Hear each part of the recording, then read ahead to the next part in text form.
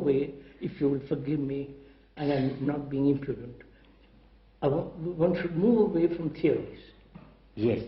From ideas, from conclusions.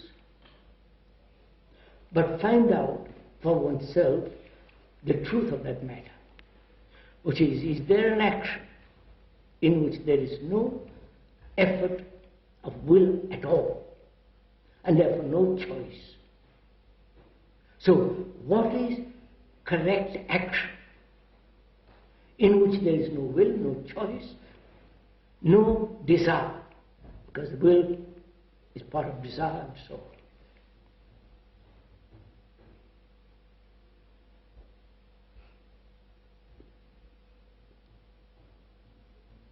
To find that out, one must be very clear, mustn't one, the nature of desire. And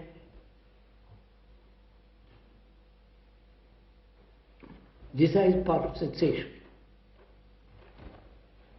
And desire being part of sensation, and thought identifies itself with that sensation. And through identification, the I is built up, the ego, and the ego then says, I must, or I will not. So we are trying to find out if there is an action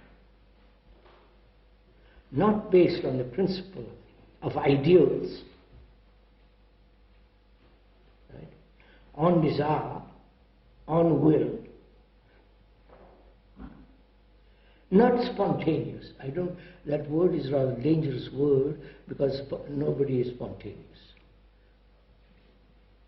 One thinks one can be spontaneous, but there is no, because one must be totally free to be spontaneous. You follow? So what is there such action?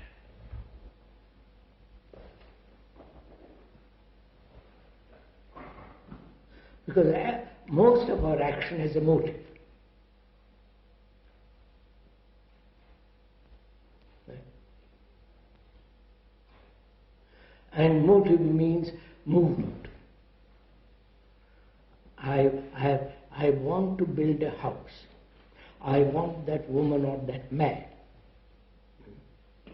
I am hurt psychologically or biologically, and my motive is either to hurt back. So there is always some kind of motive in action, which we know daily life. So then action is conditioned by the motive. The motive is part of the identification process.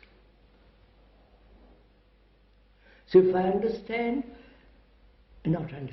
if there is a perception of the truth that identification builds the whole nature and structure of the self, then is there an action which doesn't spring from thought? I don't know, am I right, sir?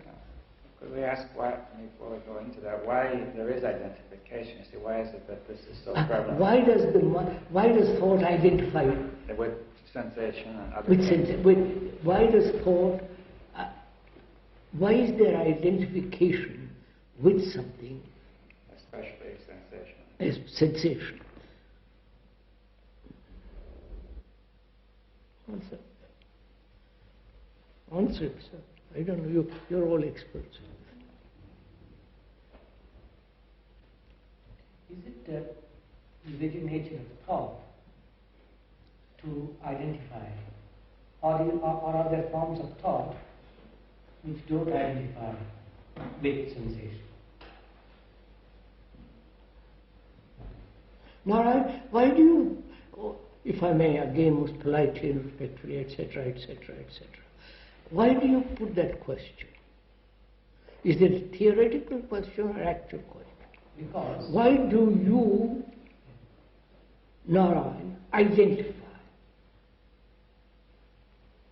Let me put it this way. No, I won't put it differently. The only thing I can identify with is sensation. I can't have nothing else to identify with.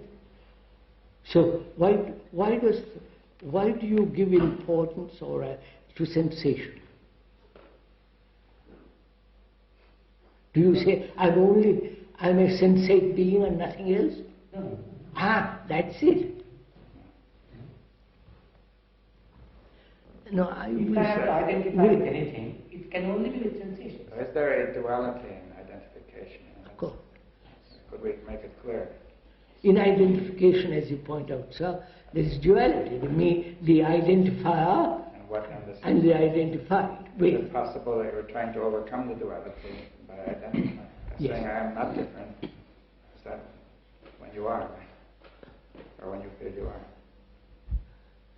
You see, I don't want to enter into the field of ideologies, theories. To me, I have no interest in it.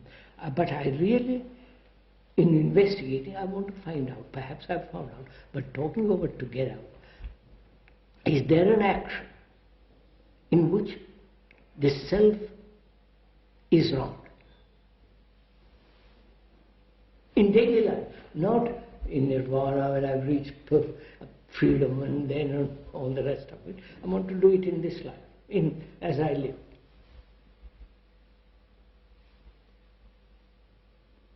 Which means I have to find out, mind has to find out an action which has no cause,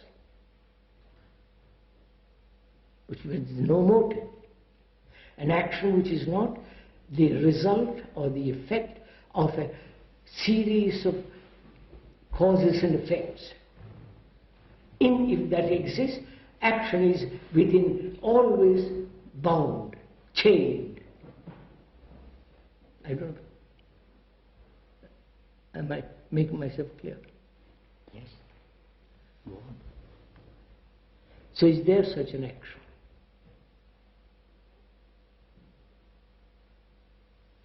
Well, it seems to me we can't find it as long as we're identifying.